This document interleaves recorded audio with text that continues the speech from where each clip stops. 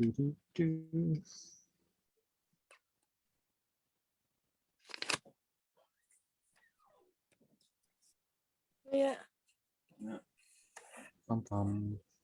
Just sort of things it. Jay's come up to be nosy. Right, We Jack. are live. Oh, mate. How we doing, We are buddy? live. Oh, buddy. We are running. I just wait for it all to catch up. No bother. Wait for a couple of people to pop in. There we go. I'll drop that down.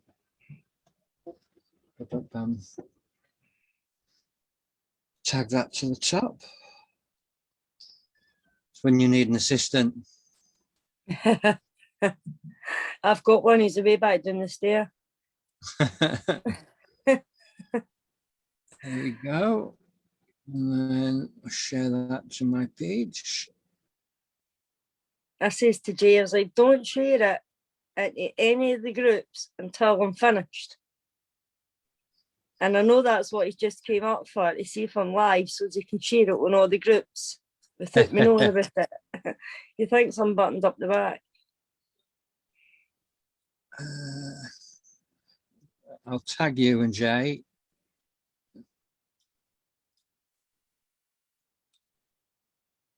Now that's on my feed for anybody that might want to jump in. Great. Hi guys, welcome to Live and Undrugged episode 26. This is a double barrel from last night with Angela Haston. We spoke to Jay last night. Tonight, as always, the series and myself sponsored by James Jeffries, and this series and the podcast also was sponsored by No Means City Clothing. And Armour Scaffolding for all your scaffolding needs. And also, this next year, we're going to be in collaboration with HMP Connections Facebook site. Hi, Angela. Thanks for coming on. Thanks very much good to for have you having me. I wanted to get you both on when I read your story, and it was a real powerful night last night. And you know, from Jay, and I wanted to get your story. So if we can go right back to the start, and where it all began for you. Well, I was just a typical 14-year-old girl, and it was a bright summer's day, and I was walking. We had new neighbours had just moved in straight across the road from us. And I was walking to the shop, and the new neighbour, the gentleman, was walking home from the shop, and he stopped me, and he was telling me how beautiful I was and how he had never met anybody like me before, and how he had never done this before, and it was so out of sorts for him, and how when he had moved in, the first thing he saw was me, and you know, all the things that he would say to flatter me. And at 14-year-old, I've got this older guy telling me all these things, and I thought, oh, do you know what? Oh, he likes me. I was flattered. And it tended to progress from there. What happened was they got me to babysit. And when they got home, his wife was absolutely paralytic drunk. So he carried her into bed. And I said, right, I'll go home now. And at that, he says, no, wait, and I'll put her to bed and I'll make sure you get home okay. And that was the very first time anything happened that night. So this went on for 2 years. This went on for I was 14 till I was 16. And it was a case of it was on, it was off, it was on, it was off. He would find different women. I don't know if they were girls or if they were women, and he would drop me. But if I went to move on and find myself a boyfriend, he would come running back to me I wasn't allowed a life. So for the age of 14, I was in my bedroom. And that seems to be the impact that it's had to me to this day, because I still really, really suffer from agoraphobia. So that's been for 14 and I'm now 40. So it's been a huge, huge impact that he's had on my life. And at 16, he told me it was taking me to a hotel for my 16th birthday to celebrate that I'd eventually turned 16. And we got to the hotel and he took me to the hotel to swap me with his friend. And another girl had turned up for him. So I remember that night, and it feels like yesterday. And I was running and running and running, and I got to reception and I was hysterical. And the man that owns the hotel asked me what was wrong. And I says, they're trying to swap me. And I don't want to be there. I want out. And they were like, where can you go? I says, I've not got anywhere to go because my mum thinks I'm staying with my friend, so I can't go home. And looking back now, Jack, that makes me realise how young I actually was, because I had to ask my mum if I could stay with a friend, and I couldn't just go home because my mum thought I was staying with a friend. So the gentleman for the hotel took me round all my friends to see if I could stay with them. All of them was the same answer: I've not asked my mum, so you can't stay. So that gave me a big reflection, looking back at how young I actually was at the time. And the manager of the hotel ended up giving me a room to myself that night. And that was the end. I never ever wanted to see or hear from him again. He tried crawling back and back and back, and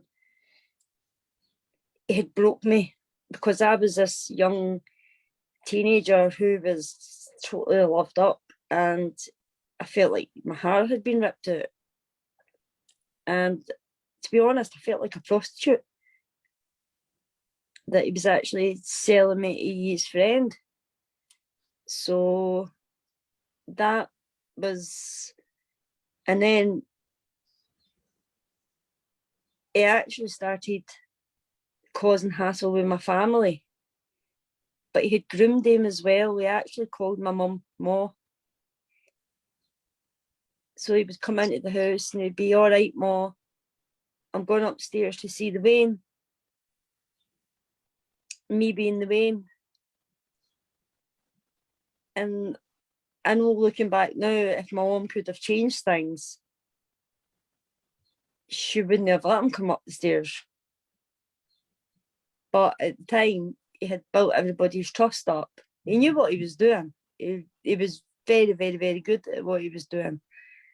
And as the years, that was the February, and I never went with him again since. And I met Jay, my husband, just now in the August, and he actually went to fight with Jay one day, the very first time he met him.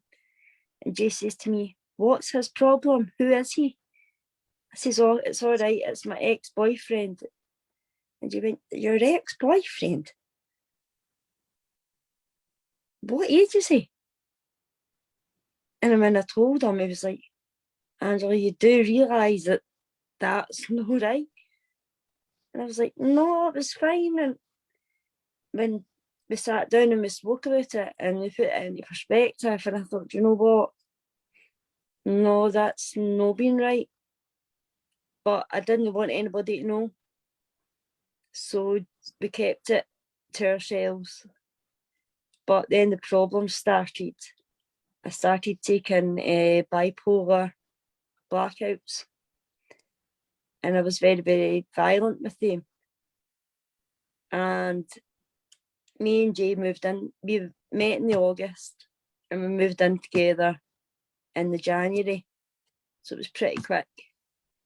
And what was happening was when I took my bipolar episodes,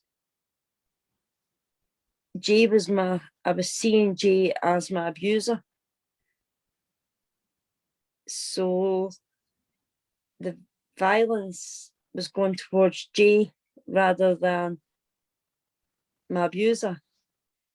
And when I came to, I couldn't remember any of it, which is the most horrible feeling in the world, not knowing what you've done, what you've said to somebody that you love, how badly you've hurt them, and you've not got a clue what you've actually said or done. So we both decided, when I found out about Jay and Jay's habit, we both decided it was time that we both got help. We had suffered, in that time, we had suffered 18 miscarriages as well. So I think things had just started. I mean, I was actually, it got to the point with the miscarriages, I was actually still going to work while I was miscarrying, because it became normal to us. So when somebody put it to us just only a few months ago, have you actually dealt with it? And to be asked that question, we thought, do you know what? No, we haven't dealt with it. So we sat down with the kids and we named all 18 of them together with the kids. So we've got all their 18 names, and it was a lovely thing to do with the kids that we've actually got. It was a nice experience to share with them. But the miscarriages were, because they had said, the hospital had said to us they couldn't find anything wrong. They'd done every single test that they could possibly do, and they told me it was bad luck. Now, 1 out of 3 is bad luck. 18 is just absolutely horrendous. So they told me that it was just natural, the most natural thing for your body to go through. And I got to 12 weeks one time, and I always lost at 7 weeks. So when I got to 12 weeks, I thought, do you know what? This is it. We've done it. But when we got to the 12-week mark, we went for a scan, but the baby had died at 7 weeks. So that was a very, very, very sore one. A very sore one to take. Because what we had to do then was I had to go through the procedure of getting the baby taken away. And when I was going into theatre, they thought I was in for an abortion, so they treated me like a piece of dirt. They were really, really nasty. And when I came out for that, my family, everybody was crying for me to stop. And I already had a son at this point. But we wanted another child so bad. And to me, I never give up hope. So we just kept going and going and going and going and going. And I went to the doctors one day and she says, oh my God, Angela, I was down to 6 stone. And she says, there's something severely not right here. And it turned out it was a B12 deficiency and a folate deficiency. So I started getting B12 injections and folate tablets. And the next thing I know, I've got 4 other kids.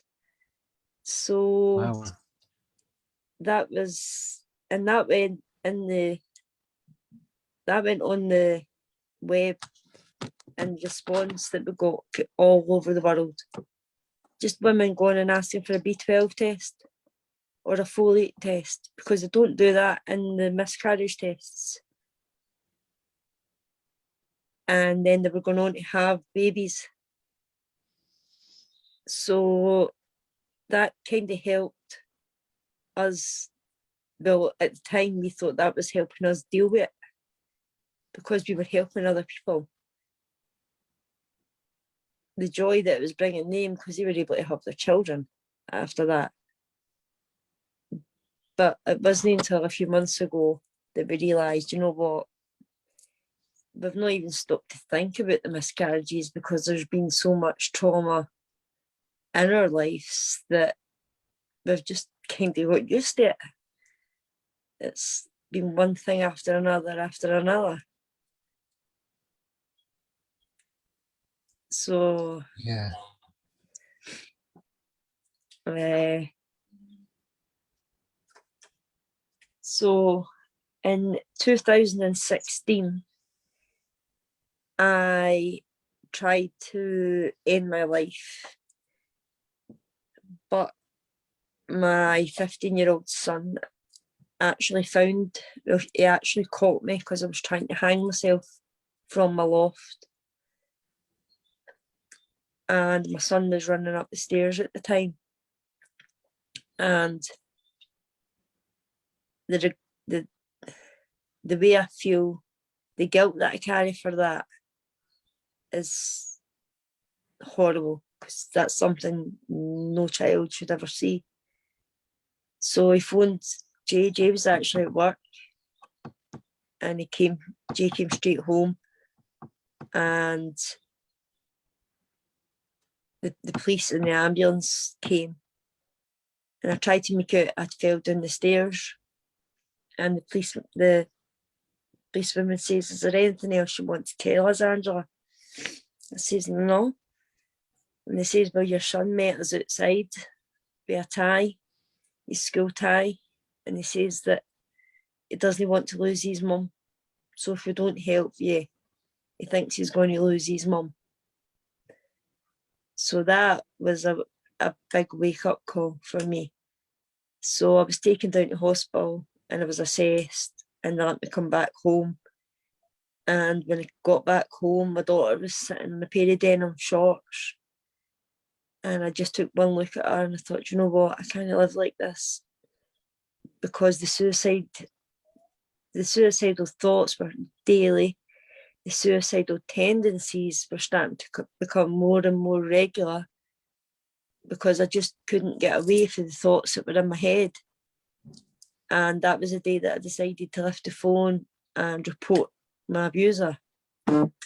So on that day,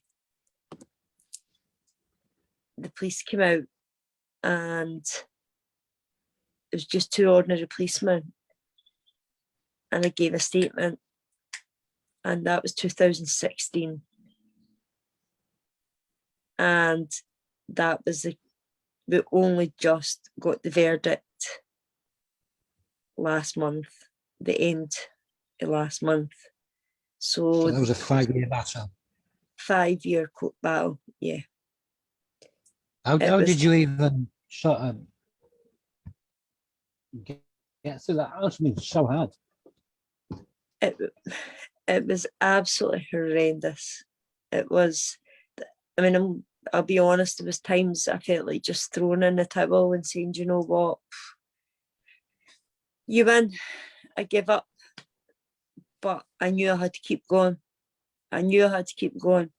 Because it went to a sheriff court first, and the sheriff court says they couldn't get him long enough, so they put it up to the High Court, and I got called to go down to the High Court to get told that there wasn't enough evidence.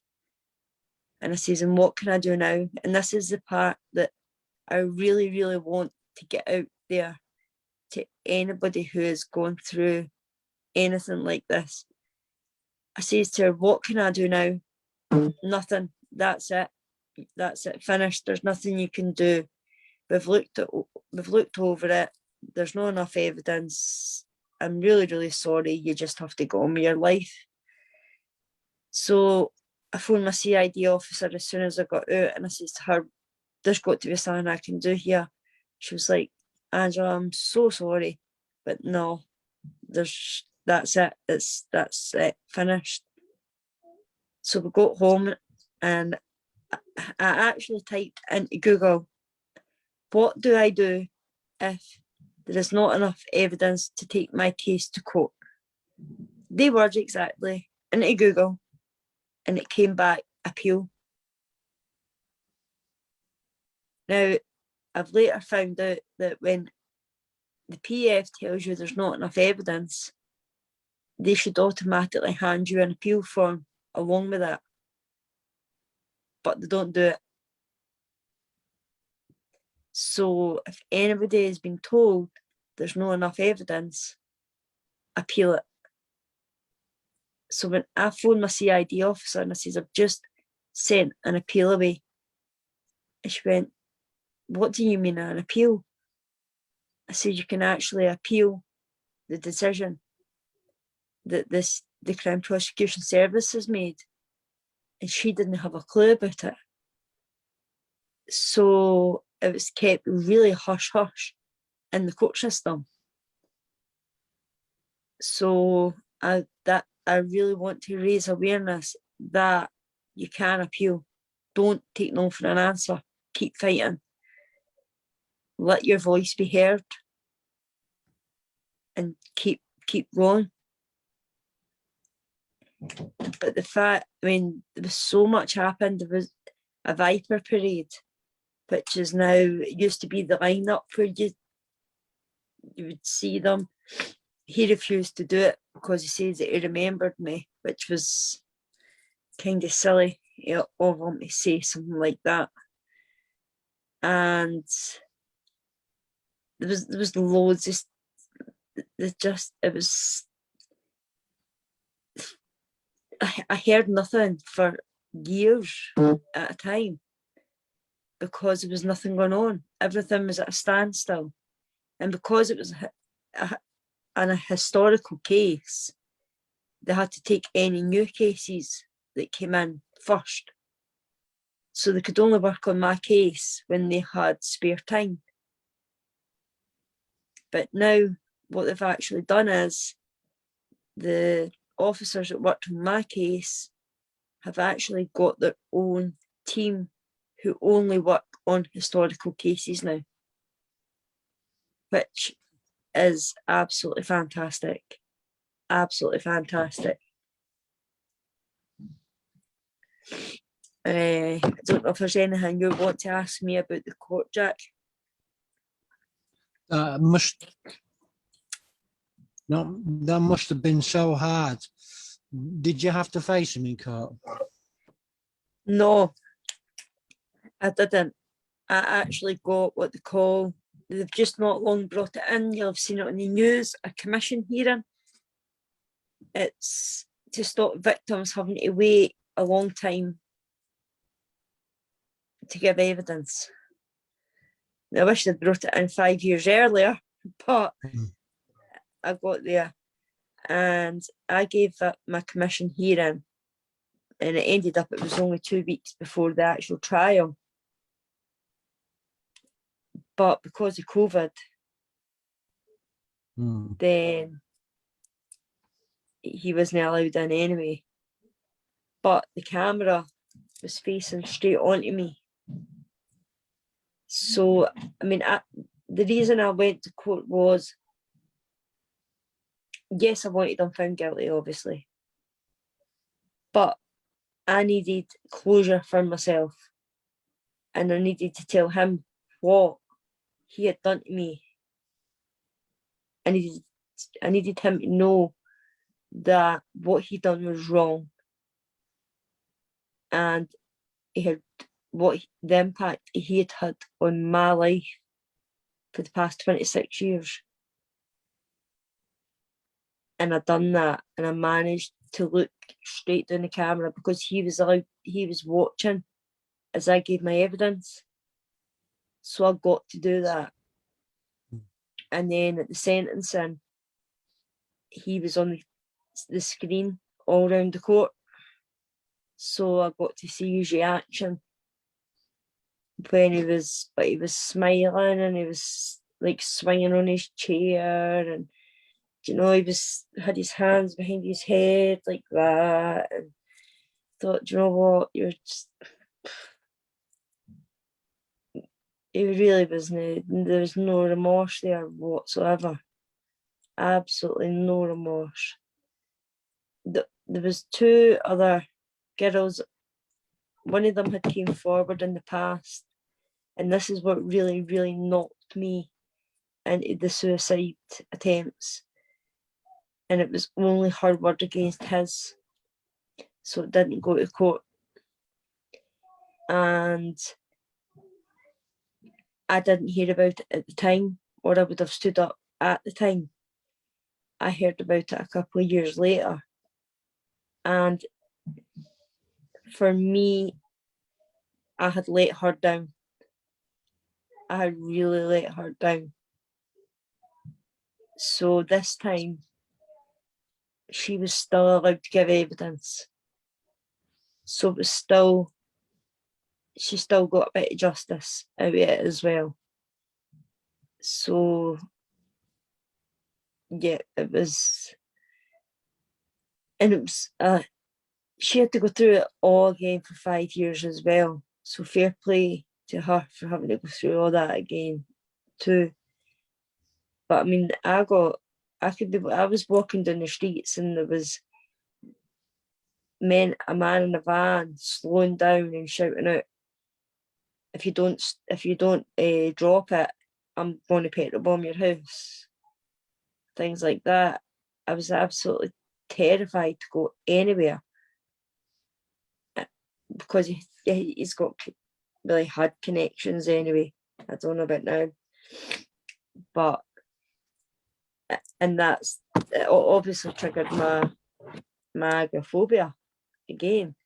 I mean, I'd started getting out and about a little bit, only if I had somebody with me, but then I went straight back into it. I'm not going out anywhere.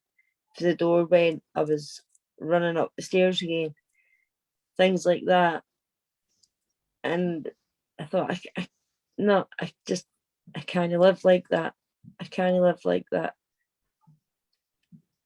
I mean, after, I'm going to go back here, in between the miscarriages and the court case, Jay was at work, and because I suffered from agoraphobia, I totally isolated myself. If any friends says I'll come round, no, I'm busy, you know, and they knew I wasn't busy because they knew I didn't leave the house. And I met somebody in my local pharmacy, and I suffered from really bad migraines.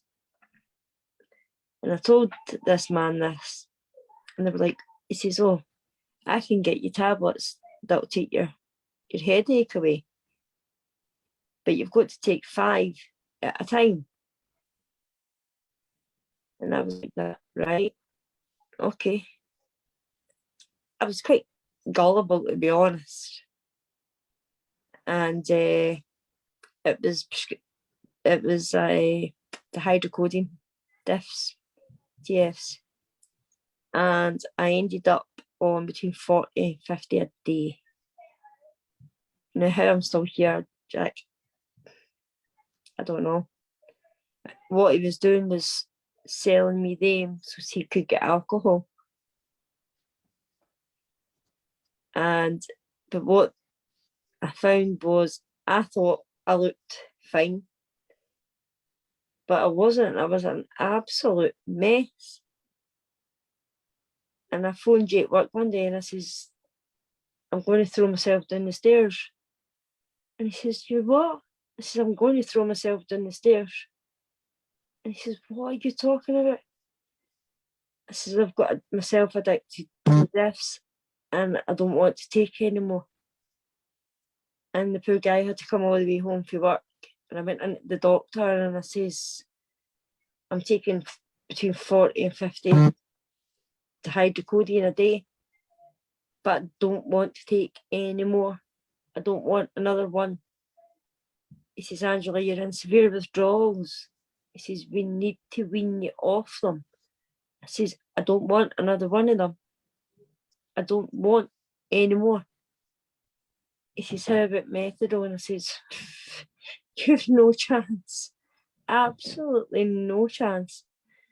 So I sat in his room while he phoned round everywhere, and they put me on Suboxone. And that was just it's like it blocks the opiate as well as takes the withdrawals away as well. And that'll be 4 years this October that I've been clean, and I've never ever looked back. It was the best thing that I've ever done in my life. It really was. But for people, what got me was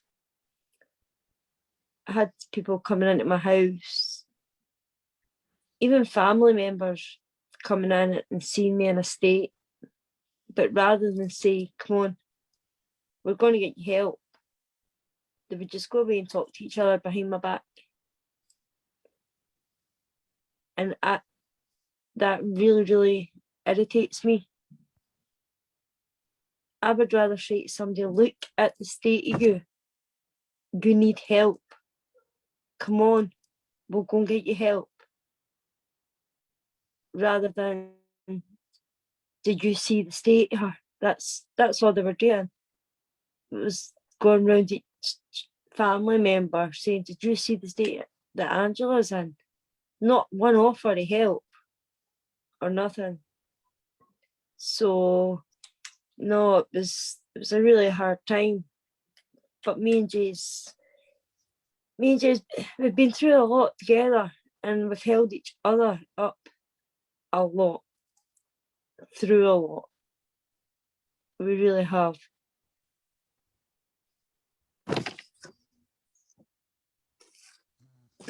Right now, that was another thing about the court case as well.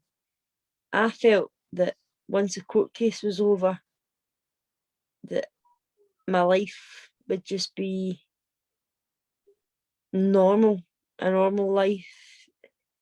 All the thought, all the feelings would just disappear, and that I would be able to start living a normal life. And it's not worked out that way. It really doesn't work that way. Yep, you got a guilty, but I'm still stuck with the memories, stuck with the trauma. So it's, people might think I'm selfish because I got the justice, but it didn't take away the fact of everything that happened. So tell me about what sentence did he get? 6 years. 6 years. And it was you and another person that he abused, or was it more? There was more. There was 3 that we know of. Yet. That 6 years doesn't seem a lot for that, really, does it?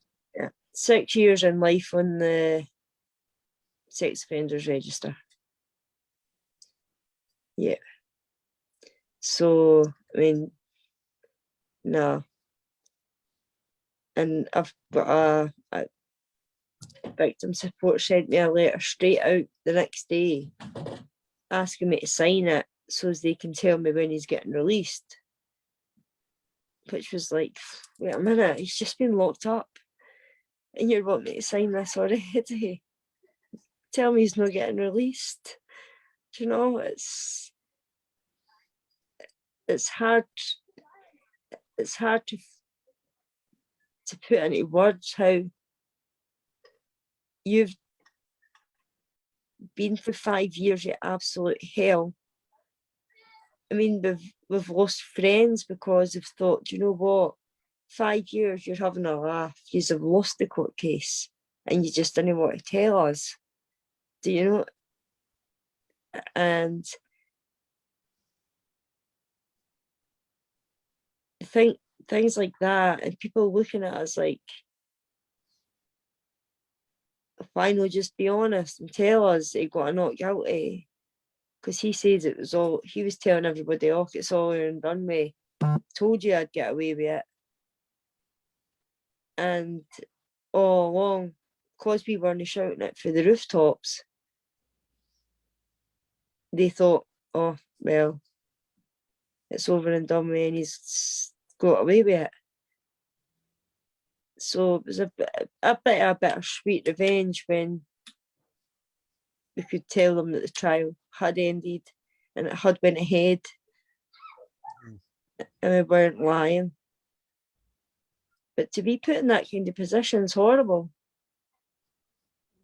I would imagine so. Are they really friends though if they're walking away from you when they should be supporting you? No. That's when you really, really find out who your friends are. It really is. And that's, I've got a very, very small circle of friends, Jack. Ones that I keep close. Because I'm not a very trusting person, as you would imagine. So it takes a lot to earn my trust. But once you get there, I wear my heart on my sleeve. I'll help anybody at all. I mean, after my story came out in the newspaper, I had a woman messaging me, and the only reason she hadn't reported her abuser was she thought there was a time scale. See, if you have an accident, you've got a 3-year time scale. Well, this woman thought it was the same for abuse. So she hadn't reported her abuser. So it was good to be able to give her the reassurance that no, you have not got a time scale. You do it when you feel ready. So she was straight on the phone, and that was my first. I mean, that was only a couple of days after the sentencing, so that was the first person that I'd actually held in that fight. It really did feel good, and that is my aim now, is to just help as many people, raise awareness to as many people as what I can, and also I'm an ambassador with the Wave Trust as well, because I can't. When I saw the stats, I mean, you've got 2 million kids in the UK getting maltreated already. I can't stand by and watch that. So if I can help with that, then absolutely. I'll do anything in my power to try and help, as long as it's for inside the house at the moment. And then I'll get over the fear and get. Yeah. I don't think that I could have. There's still things that I'm dealing with from my childhood that I can't. My abusers are dead, and I don't really want to drag the families through any of that. And I think what you've done is just, I think the courage has just really shone through. You stood there and you stood your ground 5 years, and you've pushed through to do it. And I don't know if I would have had the strength for that, to be honest. You know, I've gone through some trauma myself, but I don't know whether I would have been able to deal with that. You know, I think you're you know, a really, really strong lady. You know, I've dealt with trauma for most of my life, and I've dealt with addiction for most of my life, and it's not only over this past 6 years that I've started looking at my addiction, and I'm coming up to 7 years clean, but it's only in sort of sobriety that I've been able to start looking at trauma. And I really sort of I hold you so high for that, because it's facing trauma head on like that is no it's no easy way, is it? No, And do you know the way I looked at it was, he was going to either end up walking free and my kids were going to grow up with a mum, or I had to make that phone call, because the suicide attempts were just getting more serious every single time. And I knew there was going to be one time where nobody found me. And I had 5 kids. 5 kids that I went through absolutely hell to get my 5 kids. And I thought to myself, he's walking about the streets doing whatever he's doing. He could still be offending for all I knew. And I thought, why should I be the one getting put 6 foot under? And he's walking about with his head held high. And that's what gave me the courage to pick up the phone, because I knew it wasn't going to end well. I knew it wasn't going to end well. And touch wood, my bipolar episodes it's a medication, I think, that they've put me on. They've calmed down a lot. The anger issues, the violence. I'm not violent anymore. I would rather sit and have a good cry than be angry. So that something's definitely working. And I don't know if it could be speaking out that's helping that. It could be helping other people, because I don't want to be known as somebody that beats my husband up, because I'm not that type of person. I've not got a malicious bone in my body. So to have these blackouts, and then when he would tell me, I'm like, no, I never done that. And I says, the next time you have to video me doing that, for to get me to believe what he was saying. And when I saw the video, Jack, I fell to the ground, because I was astonished. My eyes were glazed. I didn't even look like myself. I looked terrible. And looking back at that, I could have done so much damage to other people and myself. And all what? Because he was still walking about. And I knew I had to do something. And especially once the other girl came forward and I found out about it, because that really, really broke me. Really broke me. Obviously, I blame myself for hers getting thrown out of court. But by luck, because it never went to court, she was then able to stand up and give her evidence, which then helped put him away. So it did work out in the end.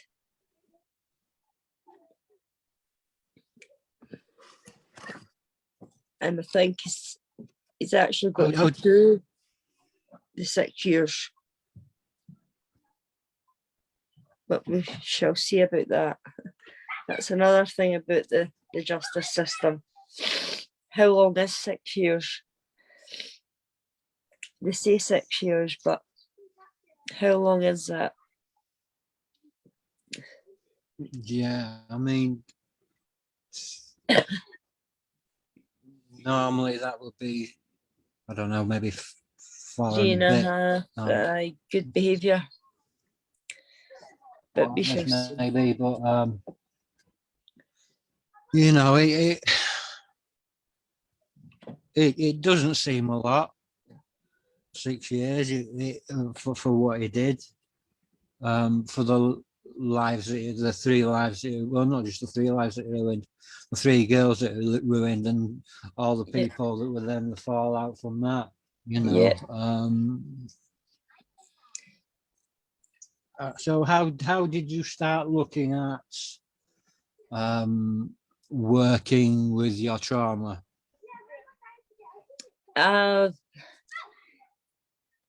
I started I started a group in psychology at the hospital called Survive and Thrive, and that helped massively.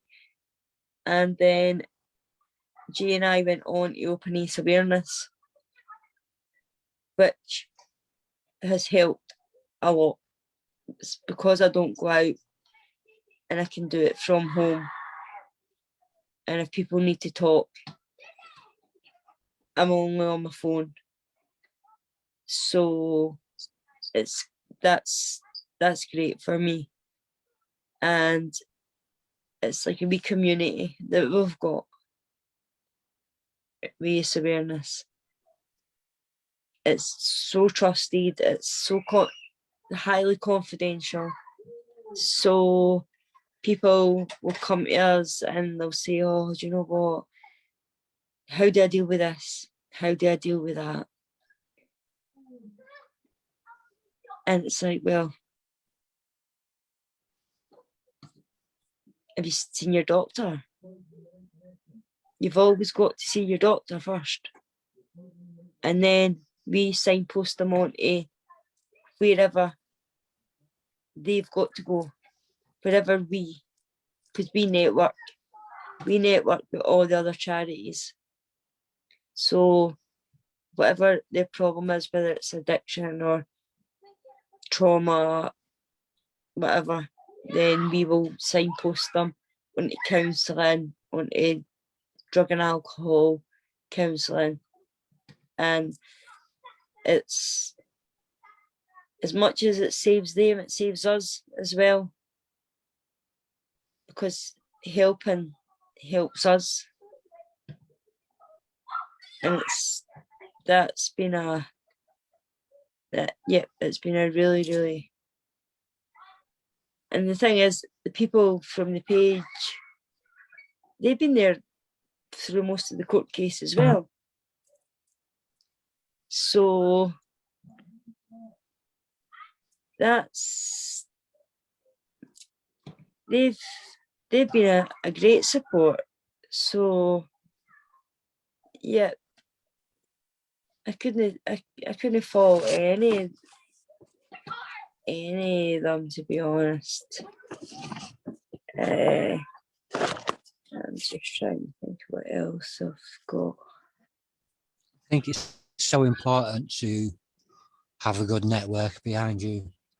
Oh yeah. I personally have a church that that's a big part of my sort of network, my emotional network. I've got a very understanding wife, you know, and that's been the biggest thing that's really helped me sort of focus on my on getting better from my trauma over the past few years. I mean, you're talking about church there, and that is something that has helped me and Jay a lot. Was finding God and starting to go to church. That's a real that's come into our life really big as well. Really big. And it's amazing how you can feel that connection when you're really, really struggling. You know, you just call out for it and you can feel it, and it's a really good thing to have in your life. Personally, I think anyway. Each person is different, but I mean, I always feel that us finding God has helped a lot. I think it does. It's certainly helped me. You know, I think that because addiction and trauma, they are two things that break connection.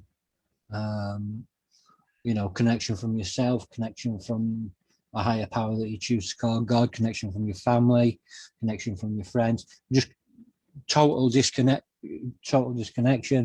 And when we start working with this trauma and we start handing these things over to God as we understand him, then we start to get that connection back. And that's what that's what really helps in certainly in my trauma, having that connection with God, because you know I lost it a long time ago, and to get that back is just, you know, it tackles the trauma right at the soul, because trauma isn't a head problem, is it? And it isn't a heart problem. It's a problem that goes deep into the soul. And you know, what do you do when you've got a soul problem? You go to God. Definitely. You know,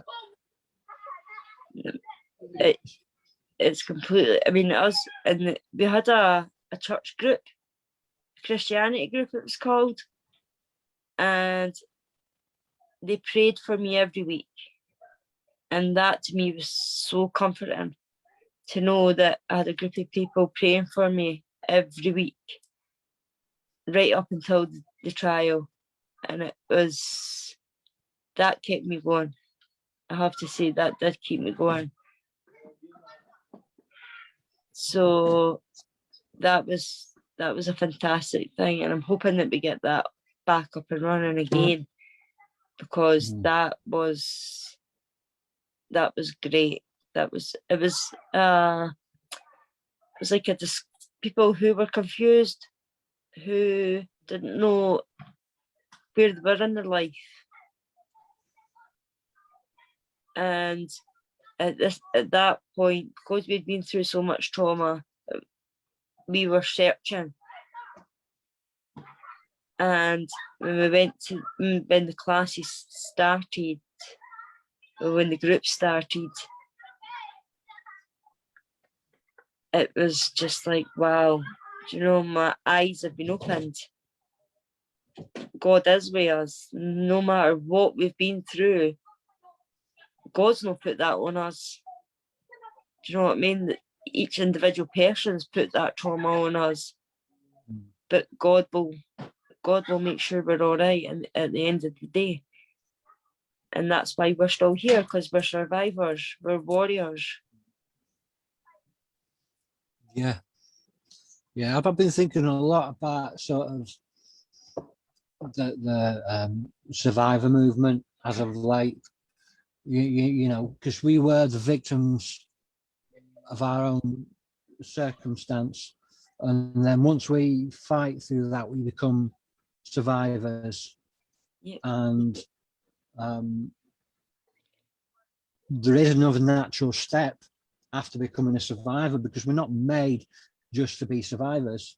We're made for that connection, and that is to thrive.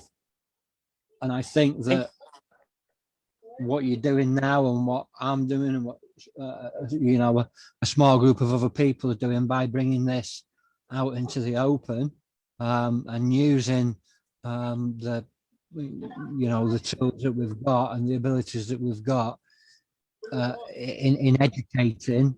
That's helping us to thrive, which is then helping other people then to be able to, or at least I hope anyway, that, Yeah, you know, they can take the step from victim to survivor.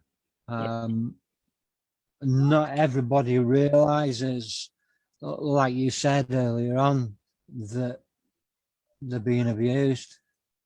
yeah, Not yeah. everybody realizes that it's wrong. And do you know what Rena Romano would call you?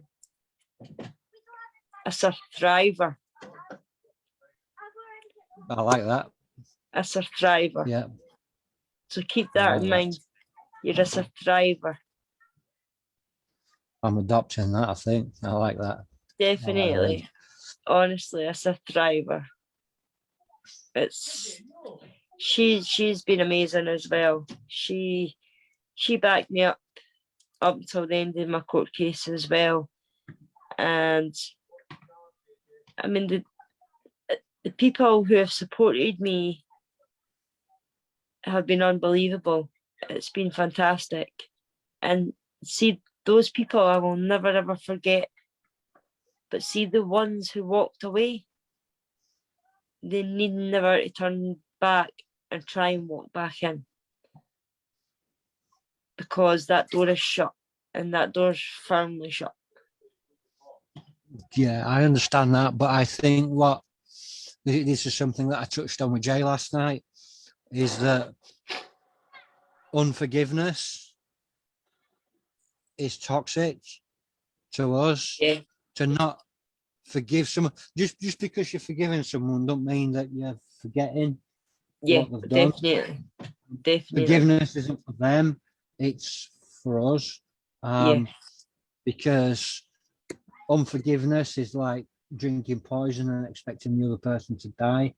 yeah, You know, yeah, it's not going to happen. yeah, So what we have to do is, because it's so toxic, we have to let that go and hand it over to God. One of my great heroes is a woman called Corrie ten Boom, and she was a watchmaker's daughter during the war, and she and the family were taken in to a concentration camp, and her sister was raped, and you know, she saw all these horrible things, you know, these guards doing horrible things to girls, so she was hiding them. And when the war was over and she you know, she was let go, and she became a Christian, and she started going around the world talking, and towards the end of her life, she was given a talk and about forgiveness. And one of the worst guards at that concentration camp was stood in the line, and he says, I don't know if you remember me, but I was one of the guards at the camp, and I did some horrible things, but I found Jesus, and I want you to forgive me. And her initial thought was to push him away. And she said, you know, God, I cannot forgive this man. I cannot forgive this man for the things that he's done to me and to my family and to all the other families and to all the other girls. You know, I can't forgive him. But you can. And she hugged him. And she said she let it go. yeah. And she said that was the thing that was holding her back for most of her life, and she let it go. And you know, that for me is just, It's hard though, isn't it? it is so hard. It's hard. back in 2016, my sister's partner was responsible for the death of their baby. And I couldn't, it was tearing me apart inside. Like, you know, I live hundreds of miles away from my family. And then he went to prison. And after a little while, he was murdered in prison by his cellmate. And it left the whole family, it left me with questions. And at the funeral, it took a year for the funeral. We couldn't have the funeral for a year. And at the funeral, his mum hugged me. And I broke down. And I realized that hurt was unforgiveness. And I'd been taken to the funeral by one of the elders from my church. Yeah, he took me up there and he paid for the hotel and stuff. And yeah, we prayed about it, and I had to let it go. And I blamed her to a certain degree, and I had to let it go. And it's when I let that go, the other bits of trauma, I'm like, okay, well, that has happened to that, so you know, I'll try it with these other bits of trauma, you know, these other pieces of trauma. That bit and can go slowly to it's side. working. Yeah. I mean, I Not forgive even him, it. and I think I forgive him because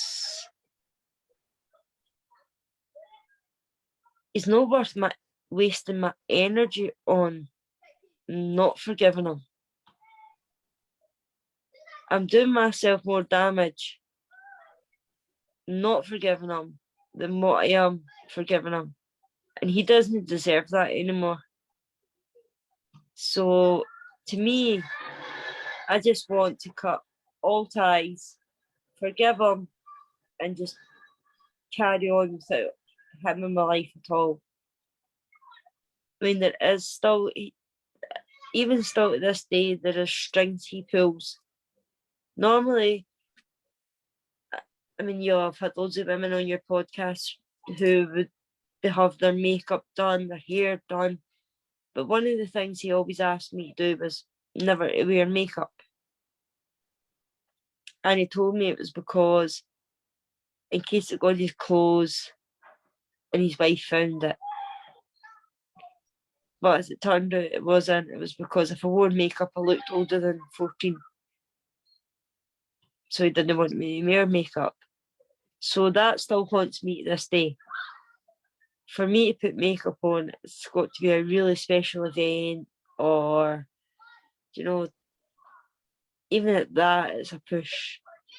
And I've got 3 girls who are 12, 11 and 10. So that's things I should be doing, girly things. We should be sitting doing our makeup and stuff like that. But that haunts me because he never let me wear makeup. But that is a mould I will break.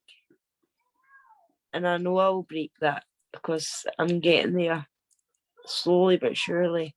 Once a week, I'm starting to put makeup on. Then we'll maybe turn it to twice a week.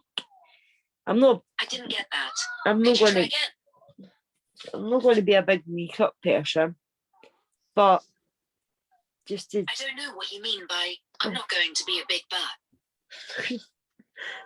My watch talking to me. I'm not a big makeup person, but I want to feel good, and I want to make myself look good, and to know that he's still got control after all these years. I mean, what, I'm 40. So 26 years of control that man's had over me. I need that rope cut. Every string that he's got, I need them cut. so as I can move forward. And I really did think that the sentencing and seeing them at the sentencing would have cut all them, but unfortunately it doesn't quite work out that way. But No. we got the justice, and I would advise anybody not to sit in it. If you can try and get your justice, go for it. Absolutely go for it. So if we've got somebody watching that you know has that trauma, that soul trauma that's sitting there, and they're debating on what to do,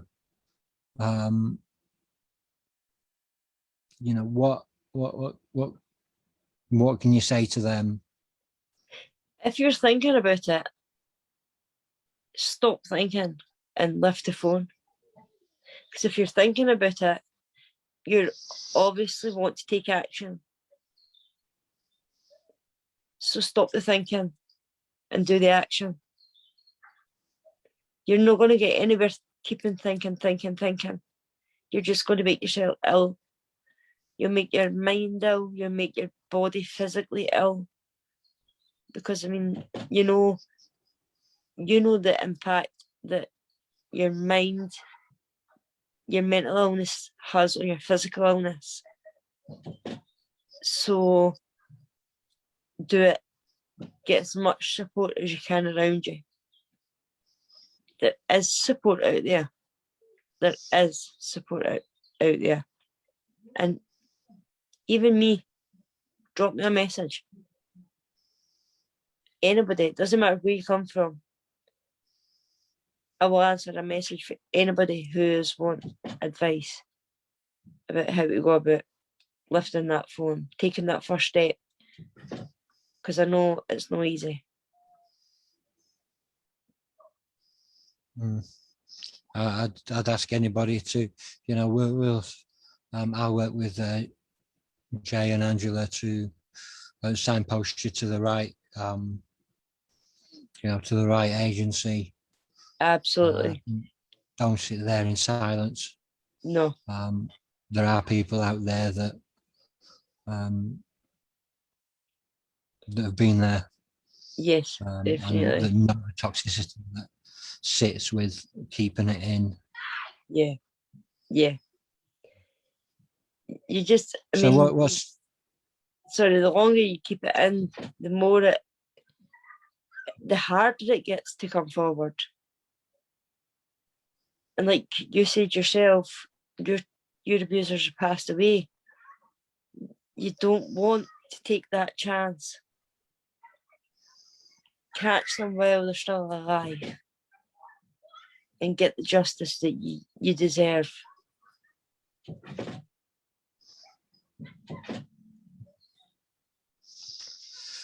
Yeah, so what's next for you, Angela? Oh, don't. I've got a documentary coming up. So they're hoping to get that filmed in the next week or so. And I am absolutely terrified. But, it's the awareness. I'm desperate to raise awareness. I am wanting to step it up a gear with the Wave Trust. See what we can do with them. Because their campaign is just absolutely phenomenal. What the work they do is just mind-blowing. So I'm fully behind the Wave Trust and helping them do as much as what I possibly can. Get the documentary done, get that away, and then take it from there. I'm doing a counselling diploma So I'm looking to my goals to be a counsellor, and I'm doing a life coaching diploma as well. So it's on the direction just to help people. That's all I want to do now. I don't want to see anybody sitting in that state that I was sitting in.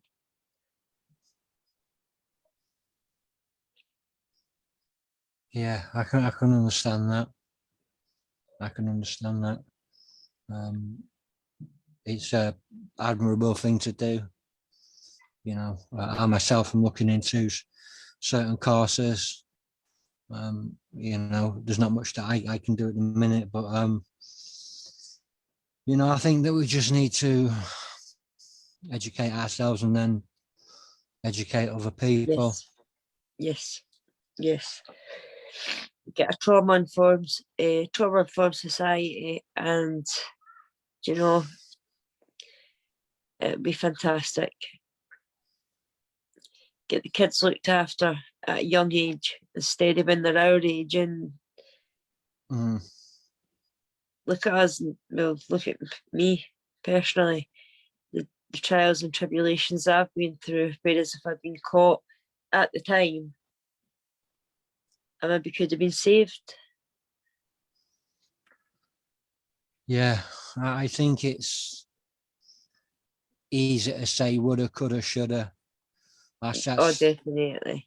That's the biggest one for us, isn't it? Woulda, coulda, shoulda. Yeah. I think what we need to focus on is the now and what we can do now for other people. Yes. I want to thank you from the bottom of my heart from coming on and being so open and so honest. You know, it's this interview has it's really hit me deep, and it's really affected me more than any other interviews, to be honest. You know, and I knew that this would come. You know, it's not easy for me to open myself up like that, but you know, like I was discussing with Jay yesterday, we can't be in that toxic masculinity. So you know, I need other men to see how you know, how this is affecting women. You know, I had a conversation with my daughter last week, who's 14 and afraid of men. You know, not afraid of me, but afraid of going out and being attacked and stuff like this. And you know, that's a really hard one for any sort of father or parent to digest. Terrifying. Yes. It's terrifying. It's absolutely terrifying. You know, I've got 5 children that I'm in the care of, and it's a worry. You know, it is. It is. I'm not going to lie. It is. But you know, we like it's a pleasure as well. Yeah. Sometimes. Yeah, it gets difficult. You know. I'm. You know. I'm. You know, you get parents that can sit down and have a drink and, you know, really wind down. I'm not somebody that can do that. You know. No, neither am I. No. It's a challenge at times, especially, you know, when, you know, with emotional difficulties all around. You know, I've got emotional difficulties, the kids have got emotional difficulties. So, you know, it's that's part of growing up in it. And I suppose that, you know, over the past 7 years, I've really grown, because I can now look at the things that I fear and face them head on, and not with this anymore. And what does fear mean, Jack? Well, it's like it's something I've looked at as well. You know, fear is a natural response. You Do know, you know what it it's our, stands for? False. Was it false evidence appearing real? yeah, I can understand that. You know, it's part of that fight or flight, isn't it? It's inbuilt. It's part of our DNA. It's part of our makeup. We fear something, we run away, I we step freeze. away. I shake. I physically shake I hard. freeze. Yeah. You know, but I fear was a big driver for me, which is why I drank, which is why I used, which is why I sort of, you know, self-harmed with drugs and drink, and Yeah. you know, we all self-harm in different ways. You know, my self-harm was mainly aggressive behavior. So, you know, it's only now that I can stand there and have that emotional intelligence to be able to tackle that fear and recognize that sometimes it's not fair, it's guilt or shame, or it's other things masquerading itself as fair. Yes. And I think that, you know, learning that has really helped me step up a level. Prayer is a big one for me. Yeah. You know, I do pray a lot by myself and with home group, and you know, have that support, because fear can be tackled by prayer, because it can build resilience and it can build strength. Yeah, I think what I'm going to do is I'm going to sort of end on that. But if you stay on the line, I'm going to cut off the feed and we'll just have a quick chat No bother. afterwards, if that's all right. No bother, Jack. Thanks, guys, for tuning. It's been a real pleasure to have Angela on. It's been a real eye-opener. It's been an emotional one, and it probably will be an emotional one for the next few days for me.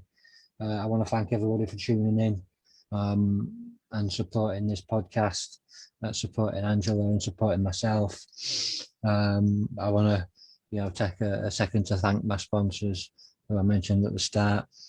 And yeah, third part of the trilogy tomorrow night is James Jeffers and I. We're going to be talking about adoption and the trauma that comes with finding out that you're adopted, and what we can do to tackle that trauma. It's going to be an open call. So what I'm going to do is I'm going to set up a Zoom. I'm going to put it on live, and then I'm going to put the link out. And if anybody wants to come and join in and talk about trauma through adoption, or wants to talk about adoption in any sort of way, as an adoptee or as an adopter, then please do get involved at 8 o'clock tomorrow night. I shall see you then, guys. Cheers.